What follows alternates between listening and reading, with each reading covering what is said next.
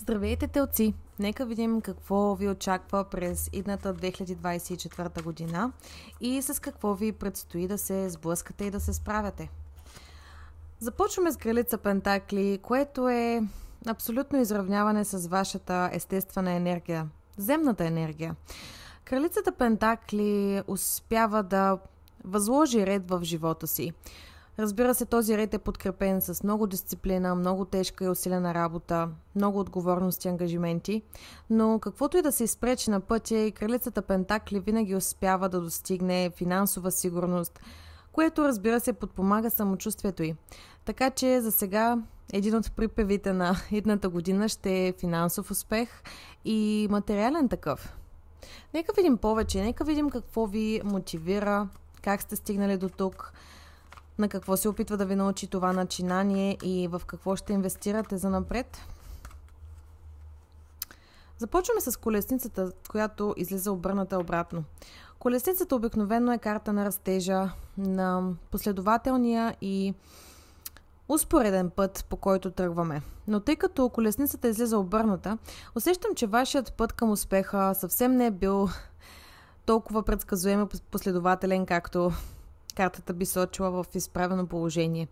Може би идеята ви за успех не е била съвсем подходяща за обстоятелствата, които са ви заобикаляли, качествата, с които разполагате. И колесницата наобратно е подсказвала не само, че вашият път е по-различен, но и че е хубаво да бъде по-различен. Защото може би в изминалата година сте чувствали, че изоставяте от нещо, че не успявате да смогнете както съмишлениците ви или хората, с които подсъзнателно или не се сравняваме или до които се допитваме за съвети, на които гледаме за възхищение, които поставяме по-високо от нас. И усещам, че урока за 2023, с който всъщност навлизате в новата година, е, че вашият път е бил по-различен, че вашият тайминг е бил по-различен, че изоставането, което сте чувствали, всъщност е ресурс, повече време за обмисляне, повече време за осъзнаване, защото ако този успех беше толкова бърз и последователен, усещам, че нямаше да научите какво.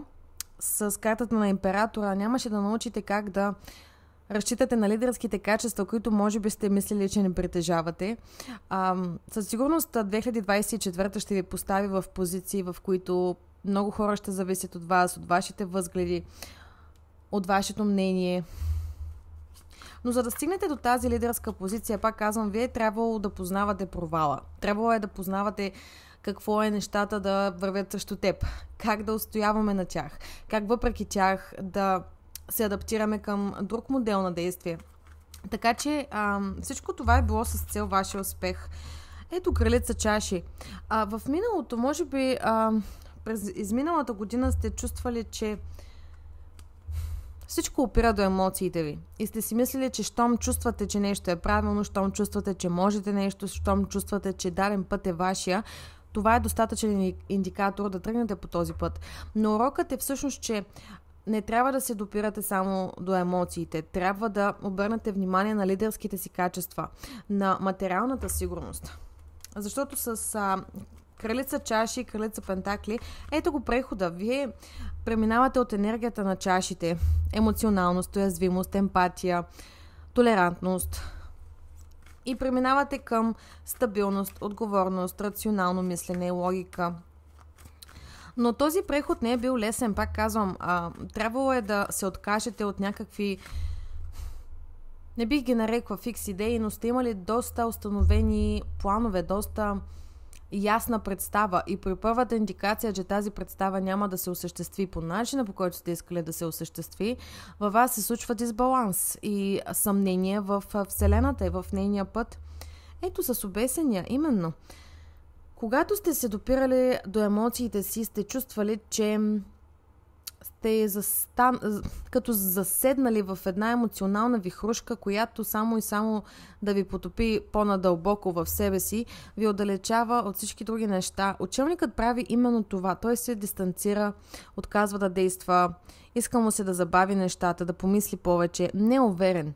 Но пак казвам, енергията, в която преминавате през идната година, е на императора. Императорът е лидера в цялото таро. Императорът, за да стане лидер, разбира се, това не му се полага по рождение, или защото има късмет, или защото има необяснима харизма, която други нямат, а защото е минал през много.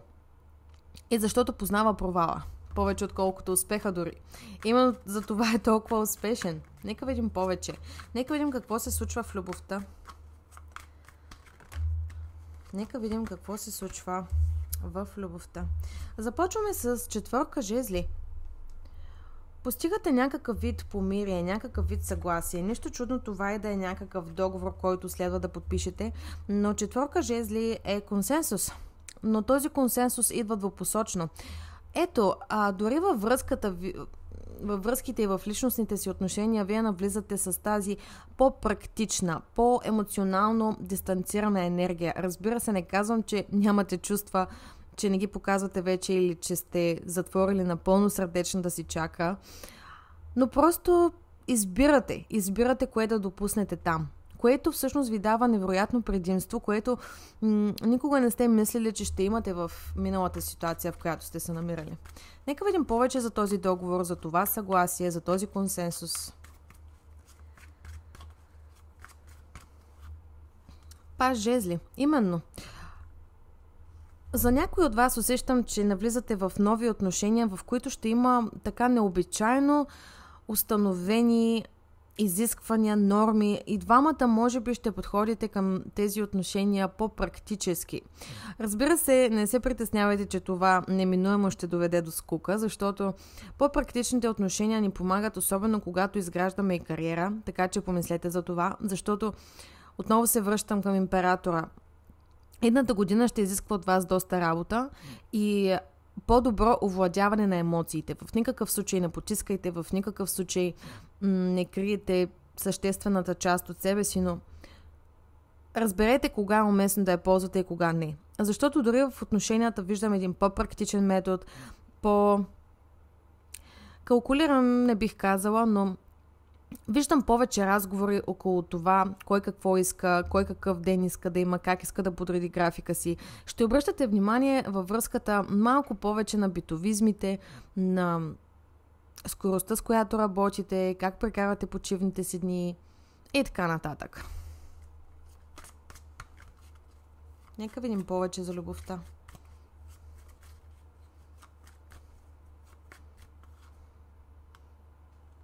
Двойка чаши. Ето, казах ви. Факта, че ще възложите повече на материалната страна на връзката ви, не означава, че любов няма, защото ето тя идва да напомни за себе си. Но тя някак идва след като тези други неща се установят, след като имате идея наистина как искате да разполовите времето си. Усещам, че миналата година не само, че е била по-емоционална, но и по-хаотична, тъй като емоциите са взимали доста често превес и това е отнемало авторитета ви в други места от живота, които не изискват толкова емоция, по-скоро изискват дисциплина, воля и последователност. Но ето, след като установите тези отношения с партньора си, любовта се възвръща. Може би ще има някакъв период към пролетта, който ще разпали тази любов отново. Но пак казвам, приоритета в началото ще бъде в съвсем друг план. И просто чувствата ще бъдат заредени за по-късно. В никакъв случай, пак казвам, не ги потискайте. Просто се научете как да ги управлявате по-добре за самите вас. Нека видим още. Звездата. Чудесно. Виждате ли кое успява да възстанови отношенията ви, вярата ви в себе си? Защото звездата е карта на лечебната сила. Звездата ни връща надеждата. Звездата сбъдва пожеланията ни. Звездата ни напомня, че ние също сме звезди и че притежаваме качества и таланти, които ще бъдат истински оценени от Вселената, стига да знаем как да ги поднесем. И тук отново стигам до... Не знам защо е толкова упорито това, но отново стигам до управляването на моите емоции, защото усещам, че в определен етап от живота ви емоциите по-скоро са извеждали наяве малко по-егоцентрични мисли, малко по... особени мотиви, породени предимно от страх и несигурност, а не от желанието да успеем. Така че с звездата ще има и някакъв талант, върху който ще поработите, но той идва като награда. Тоест, достигнете ли енергията на кралица Пентакли и тази еволюция към императора, успеете ли да овладеете емоциите, да не бягате от тях и да не стигате до крайности, породени от тях, успеете ли да установите с вече по-рационален подход с партньора си, бъдещ, настоящ, потенциален, какво искате от една връзка, какво предлагате и как искате да изглежда тази връзка, любовта се зарежда отново, нова енергия буквално избухва след всички тези усилия.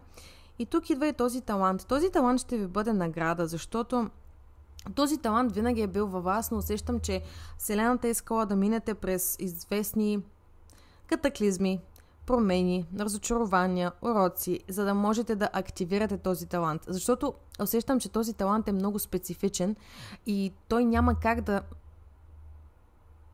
да се измисли просто от нищото. Без преживявания, без емоции. Този талант е натрупана енергия, която вие ще канализирате по много хубав начин. Искам да видя по какъв начин ще изразите този талант. И какъв е той? Рицар мечове.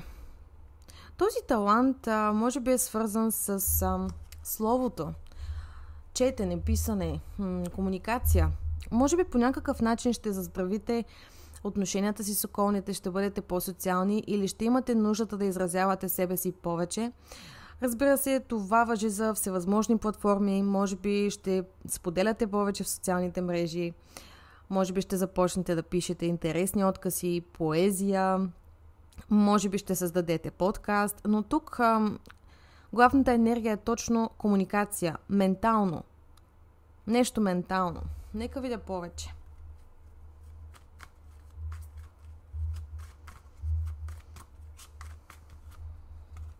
Петица жезли. Този талант също така се активира, тъй като много дълго време Вселената ви е поставила в ситуации, в които е трябвало да помагате на другите, да премахвате видове конфликти. Вие винаги сте били усмирител и човек, който иска да има мир. Но сте стигнали до заключение, че понякога е по-добре да обърнете фокуса върху себе си, вместо да разпилявате тази енергия на хора, които не искат да им се помогне.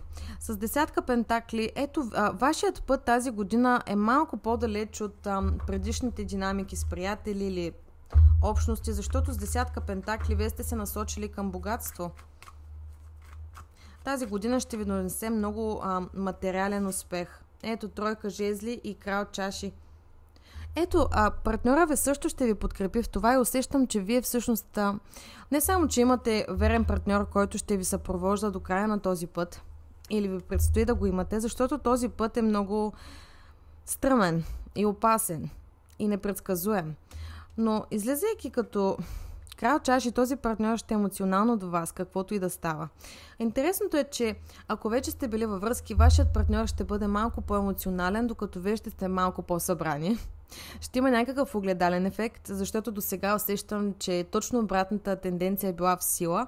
Ако пък нямате никого до себе си, такава ще бъде динамиката в началото. Вие ще сте по-фокусирани върху финансите, доходите, кариерата, личностния успех и израстване, а вашият партньор ще е малко по-нежен, романтичен, креативен и емоционален. Но ето отново стигаме до девятка чаши. Вие ще имате емоционална пълнота. Просто тя някак се явява като допълнение, като награда за всичко, през което сте минали. Искам да видя малко повече. Искам да видя малко повече за този талант, за тази връзка, за тази еволюция. Нека видим малко повече. Ето, крал жезли.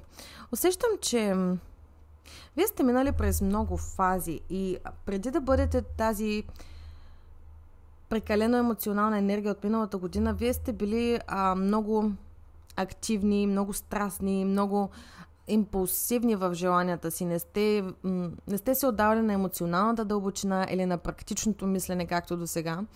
Така че, буквално последните 3 години, всяка една от тях сте поемали в повече от определена енергия, защото краля жезли излиза като пояснение. Интересното е, че тази година, всяка година преминавате през различна еволюция. Тройка мечове. Ето. Но сте си давали сметка, че в каквато е енергия, пак казвам, да се потопите твърде надълбоко, неизбежно се стига до дисбаланс, до разочарование, до мъчни чувства. Тъй като императрицата излиза при двойка чаши, е много вероятно през идната година да дадете живот на нещо. Да, разбира се, може и да е човек, може да е проект, може да искате да разкрасите или да обновите нещо около себе си, но вижте, императрицата и императора говори определено за израстване и то в голям мащаб до края на годината. Учелникът и девятка пентакли. Какво да ви кажа? Тук има голямо напомняне, че вие сте се намирали в алиенация. Може да е била социална, може да е била физическа. Усещам, че много от вас са боледували по-често или са били принудени сякаш да си стоят вкъщи повече, или са били принудени да позабавят темпото. Защото, пак казвам, може би сега, разглеждайки 2023, сте били много емоционални. През 2022 пък сте били много импулсивни, леко избухливи и не сте се вслушвали толкова в емоциите си. А тази година, идната, 2024, вие пък влизате в тотално различна енергия. Тук усещам, че говоря на колектив, който може би има Сатурн в първи дом, или може би Сатурн е асцендент, т.е. извинете, Сатурн е в асцендента ви, може би сте асцендент Козирог, може би имате нещо от Водолей като положение, но вие всяка година буквално преминавате ново ниво. И всяка година трябва да сте някой друг. Всяка година изпълнявате роля. Много интересно. И ето с тройка чаши накрая ще имате повод да празнувате. Със сигурност изпращате годината много по-финансово успешни. Знам, че любовта също ви е важна и виждам колко, но при нея ще има някакъв период, който просто трябва да премине. Тя ще се скрепи още по-силно и не случайно отдавам фокус на кариерата ви, защото с любовта виждам, че всичко е наред. Човекът до вас е стабилен, преминава през всичко с вас, не смята, че връзката трябва да протича по различен начин или нещо такова. Отново казвам и за необвързаните, разбира се, ще срещнете партньор през тази година, не се притеснявайте. Просто първата